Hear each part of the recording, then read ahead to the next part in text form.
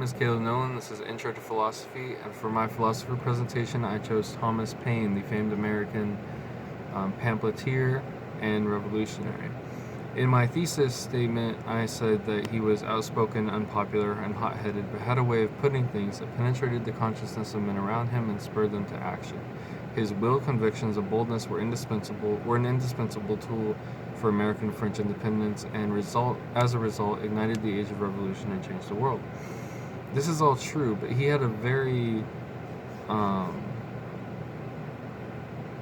his life leading up to the American Revolution was a sad life full of failure, and it was very heartbreaking to read. He started out apprenticing at the age of 13 as a staymaker to his father, that is, a maker of women's corsets. Unsatisfied with this life of small-town underwear making, he tried to run away and become a privateer. He failed. He ran away again at the age of 19 and succeeded, but didn't like it. He moved to London, where he continued staymaking. He married Mary Lambert, but within a year his business failed and his wife and child both died. His wife died in childbirth with their first child. And he decided to become a customs official. He was tasked with patrolling the coast for smugglers and inspecting shipments. Well, he had failed to check one shipment and was discharged. He returned to London, where he became an English teacher, and then he became an English teacher, and then he successfully appealed his discharge from the customs agency. Later on, he married the daughter of Samuel Olive, who he had been living with. He had been living with Samuel Olive. Samuel Olive passed away. He went into business, opened up a grocery and tobacco store with Samuel Olive's widow, and then married Samuel Olive's daughter, Elizabeth. And that was in 1771. In 1772, he joined the customs officers, demanding better pay and working conditions from Parliament. And it was during this time, after he wrote The Case for the Officers of the Excise, that he met many parliamentarians. He was passing out pamphlets. He really made a name for himself. Printed over 1,000 copies. He sunk most of his finances into this venture, but eventually failed. Within the year, he was discharged from the excise officers, which is customs officers. His wife and him separated, and he lost everything. His business failed due to bankruptcy, and he moved back to London, where he renewed his friendship with a man named George Lewis Scott. Now, George Lewis Scott is important because he used to be a tutor to King George III, and he was a famous mathematician with all kinds of connections. It's said that Paine's opinion on George III really came from his discussions and conversations with Scott. Anyway, Scott introduced him to Benjamin Franklin, who suggested that he come to the New World. He did, eventually becoming the editor of the Pennsylvania Magazine, where he did not shy away from controversy at all. He wrote America's real first anti-slavery document, calling slavery an outrage against humanity and justice, and helped to ignite the cause of abolition in the colonies. It also earned him much spite from Americans. He also wrote consistently about workers' rights, about the rights of the lower classes, about workers' rights to the means of production. And 9 months after the Battle of Lexington and Concord, he wrote what is in the United States his most famous piece of literature, Common Sense. Common Sense distributed over 100,000 copies throughout the colonies, and it was Common Sense's emphasis on Americanism and this idea that we are all united in the singular cause of liberty against England that helped to bring the colonies together in support of independence. Now, he advocated for a total break of England, argued in favor of representative government, of republicanism, and really stressed to the reader the absurdity of hereditary rule. He stated that reconciliation with England was noble in the past, but impossible at this juncture. He argued that kingship and monarchy was a result of man's sinful nature, and really used the religion of the colonies, despite the fact that he didn't believe in the scriptures or the Old Testament. He really used their religion to argue in favor of the cause. So his simple argumentation, use of common rhetoric, and combined with a strong sense of united American identity, contributed perhaps more than anything else to rallying colonists and the commoner around the banner of liberty. So the next year, in the winter of 76, while working as an aide-de-camp to General Nathaniel Greene, Paine wrote The American Crisis. Now, the American Crisis was very propagandic, but it really rebuked the soldier who would quit when things got hard, would quit the fight for liberty. And to Paine, this didn't make any sense, because the struggle for liberty in Paine's mind was the most noble and greatest of all causes. But we had soldiers rebelling, soldiers quitting, soldiers deserting. It was insane. At the time during Valley Forge, and George Washington had the document read aloud to the soldiers, and it really helped bring about a renewed sense of patriotism within the armies. So another contribution Paine made to the revolution was in 1781 he traveled with Colonel Lawrence on a diplomatic mission to France, where he helped to secure 10 million livres. I don't know how to say that. The French monetary system of the day. Anyway, 10,000 whatever of silver, 10 million, and a gift of 6 million, which helped to fund the American armies. And he also organized the Bank of North America, which also helped to fund the entire revolution. For his role in the American victory, he's been called the father of the American Revolution, which is a huge honor. He spent from about 1783 to 1790 not really doing much. He designed a few bridges. He returned to England, where he wrote Prospects on the Rubicon, which is a pamphlet against the war with France. But in 1790 he moved to France, where he wrote The Rights of Man, which was a 90,000 word political tract that was written in response to Edmund Burke's counter-revolutionary work, The Reflections on the Revolution in France.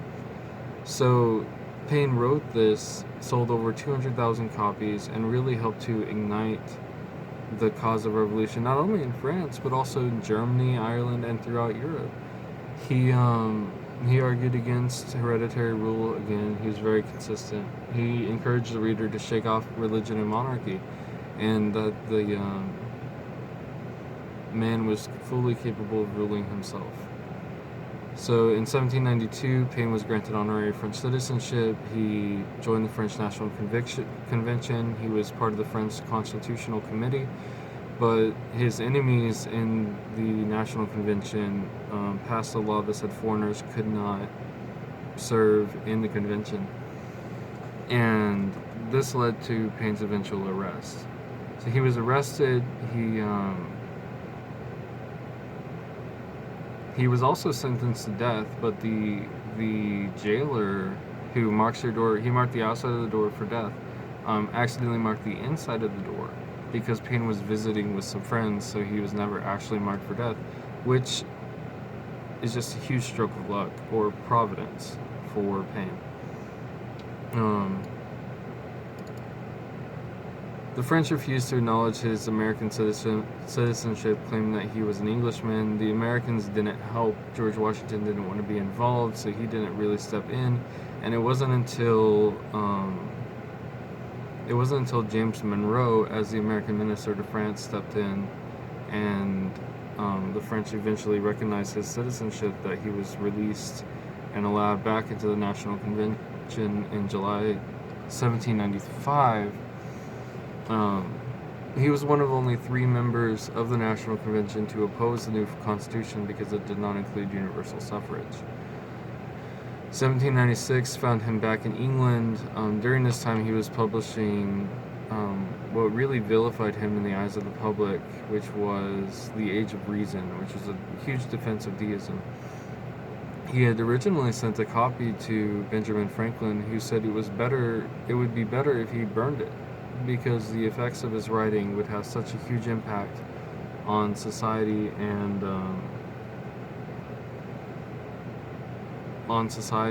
bring so many enemies against him that it wasn't even worth it. But Paine never again shied away from controversy, and he published it. One of the most famous counters to him was written by a bishop in England who said that it would have been better that Paine died before being able to publish it than to publish it. The whole situation was painful. I don't know how to say it. So anyway, Paine did not believe in Christianity or the scriptures, and believed that Christianity was the last obstacle to the coming age of reason, where man ruled himself in light of the laws of nature and science, and etc. He returned to the United States in 1802. He was very unpopular. He died in 1809, and only 6 people attended his funeral. His obituary read, "He lived a long life, did some good and much harm." Now let's go into his philosophy. Paine was a utopian, which means that he looked forward to this and sought to bring about this utopian ideal. This world where we had a just and fair, equal society. But what Paine didn't realize is that, like most utopians of the time, we can't have that without Christ. Paine believed that utopia could only come about by this great revelation of the mind. But he did not believe in the authority of Scripture or God or Christianity. And from a Christian perspective, we know that this idea of utopia, a fair and just society where man is equal and work together for the benefit of society, is unachievable in this life. It can only be achieved after the coming of Christ. And Paine was ignorant of this. Paine believed in the goodness and righteousness of man, and that there was no curse of Adam, etc.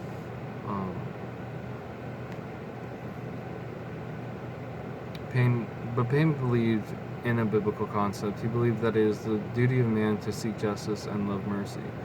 What he failed to realize is that Micah 1:8 says, "Do justice, love mercy, walk humbly with your God." And these are the things that will eventually lead us to that utopian ideal, to that achievement, that utopia that's brought about when God cleanses the earth with fire and brings about a new heaven and a new earth.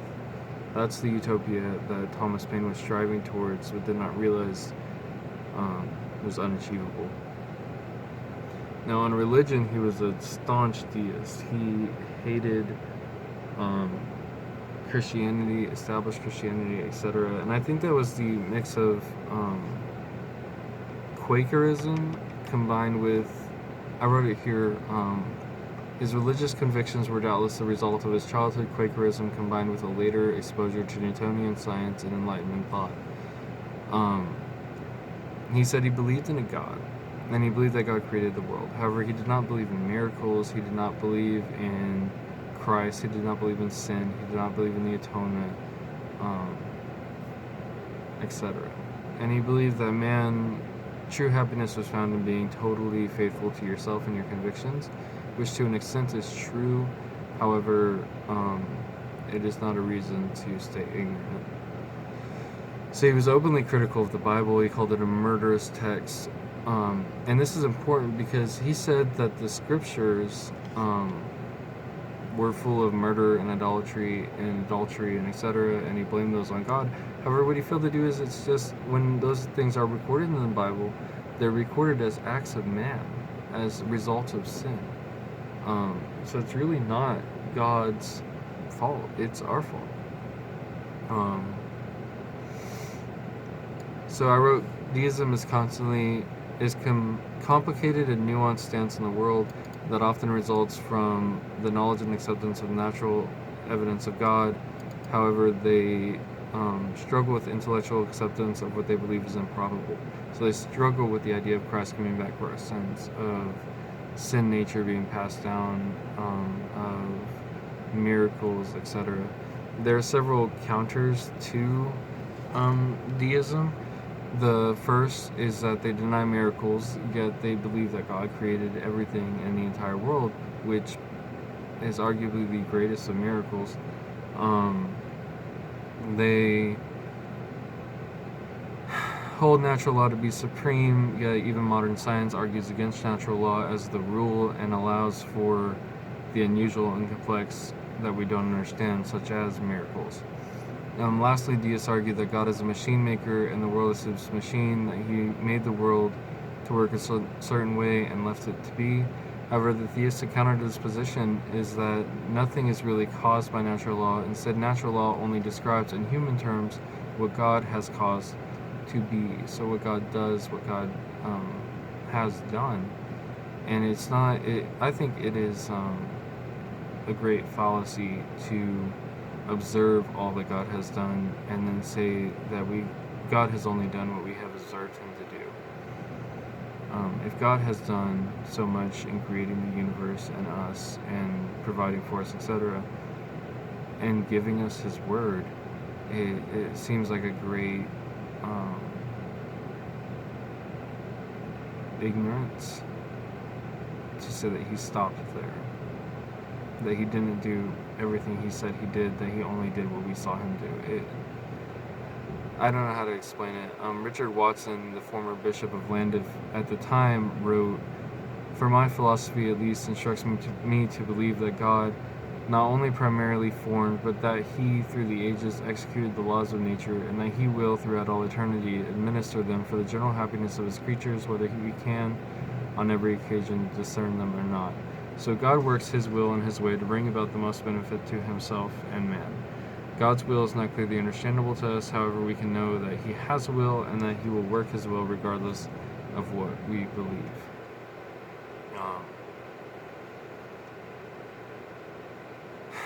So that's it. That's the life of Thomas Paine, and I will read you the conclusion to my paper. I said he was a utopian.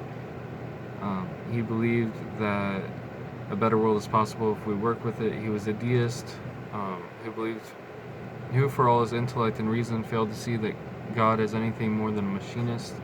Despite Paine's personal beliefs, God used him in a great way, and his legacy and impact on the world will perhaps never be fully realized.